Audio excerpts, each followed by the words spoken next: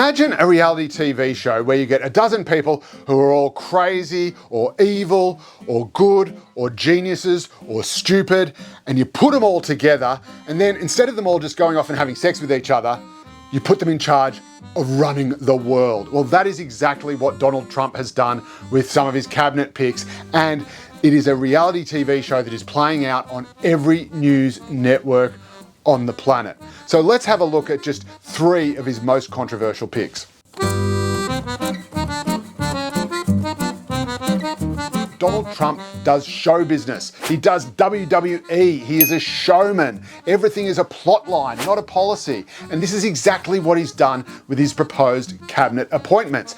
Now, even the most controversial of these appointments still abide by one of the classic rules of show business, one of the classic rules of comedy, the rule of 3. The Englishman, the Irishman, the Scotsman. The premise, the confirmation, and then the twist at the end. And so Donald Trump, with his 3 most controversial appointments, has done the exact same thing, whether he knows it or not. First of all, there was his proposed appointment for Secretary of Defence, Pete Hegseth. Now, Pete Hegseth is a Fox News host and former soldier, so he's probably pretty well qualified to be the Secretary of Defence. He served in the military himself, except that he was actually accused of being so far to the right, he posed a potential threat to the former President Joe Biden. They actually said, no, you can't even come to Joe Biden's inauguration as part of the National Guard because you've got this crazy cross tattoo that could mean that you're some kind of weird crusader white supremacist. And Donald Trump goes, yeah, I'll make that guy Secretary of Defence. Then he makes Robert F. Kennedy Jr., a bloke who says that a worm ate part of his brain and then died, Secretary for Health. Now, he's a notorious vaccine skeptic. He doesn't really like fluoride in the water. You know, he doesn't like big pharma. He doesn't like processed food. So maybe some bad, some good, maybe some just crazy. But this guy said that he had a worm that ate part of his brain and died.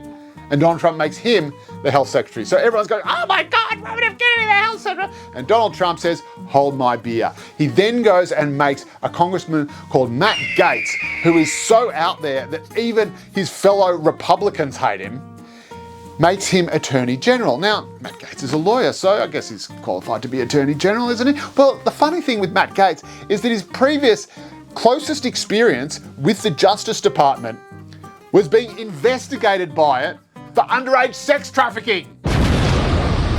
Yes, that happened.